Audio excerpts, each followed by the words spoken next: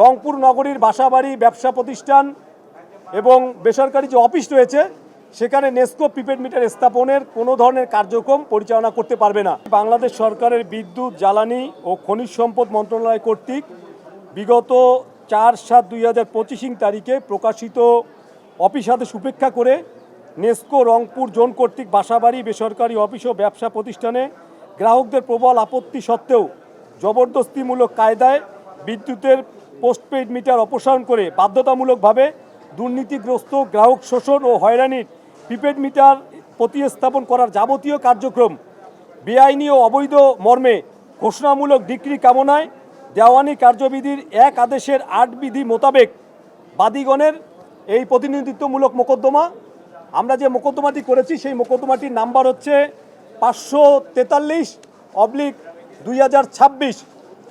আমরা এই মোকদ্দমা আনয়ন আজকে করলাম। নগদ নিয়ে এলো হার না মানা হার অফার। সর্বনিম্ন 10,000 টাকা রেমিটেন্স নগদে পাঠালে থাকছে স্বর্ণের হার জেতার সুযোগ। আমরা খুব শীঘ্রই বিজ্ঞ আদালতের কাছে আমরা একটি অস্থায়ী নিষেধাজ্ঞার আমরা আবেদন করব।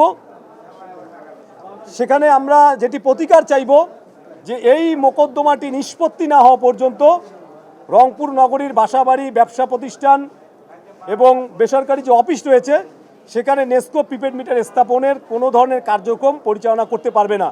আমরা খুব শীঘ্রই আমরা একটা অস্থায়ী নিষেধাজ্ঞার আবেদন করব এবং আমরা যেটি প্রত্যাশা করি যে বিজ্ঞ আদালত, ন্যায় বিচারক, আমাদের সর্বশেষ ভরসাস্থল হচ্ছে বিজ্ঞ আদালত।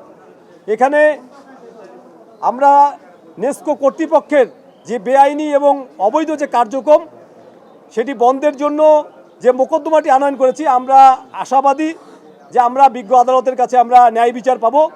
এখানে এই মামলার বাদী হচ্ছেন আব্দুল জব্বার সরকার সহ আরও 15 জন, যারা সকলেই এই প্রিপেড মিটারের ভুক্তভোগী এবং এর সাথে রংপুর আইনজীবী সমিতিতে অনেক সিভিল আইনজীবী তারাও যুক্ত রয়েছেন এবং শেষ পর্যন্ত তারা আমাদের সাথে এই মামলা পরিচালনায় সহায়তা করবেন। এই নেসকো কর্তৃপক্ষ এবং সাধারণ গ্রাহকদের নিয়ে জেলা প্রশাসনের মাধ্যমে যে গণশুনানি, সেই গণশুনানির বিষয়ে কিন্তু আমরা একাধিকবার রংপুরের জেলা প্রশাসক মহোদয়ের সাথে আমরা সাক্ষাৎ করেছি। তিনি বিভিন্ন সময়ে আমাদের আশ্বস্ত করেছেন, কখনো না বলেননি। কিন্তু এখন পর্যন্ত আমরা কিন্তু গণশুনানির জন্য একটা নির্দিষ্ট তারিখ পাইনি, যার ফলে আমরা বাধ্য হয়ে বিজ্ঞ আদালতে এই মোকদ্দমাটি আনয়ন করেছি।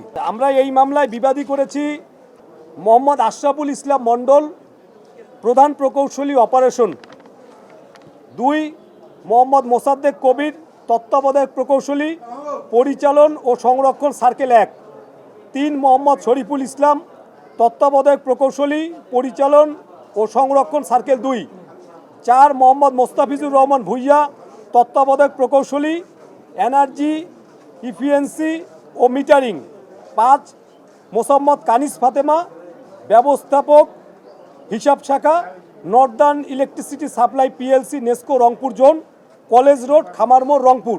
এবং এখানে এনারা সকলেই বিবাদী এবং মোকাবিলা বিবাদী হিসেবে রয়েছেন রংপুরের জেলা প্রশাসক রুহুল আমিন, তিনি এখানে মোকাবিলা বিবাদী হিসেবে রয়েছেন। মোট 6 জন হচ্ছে এই মামলার বিবাদী।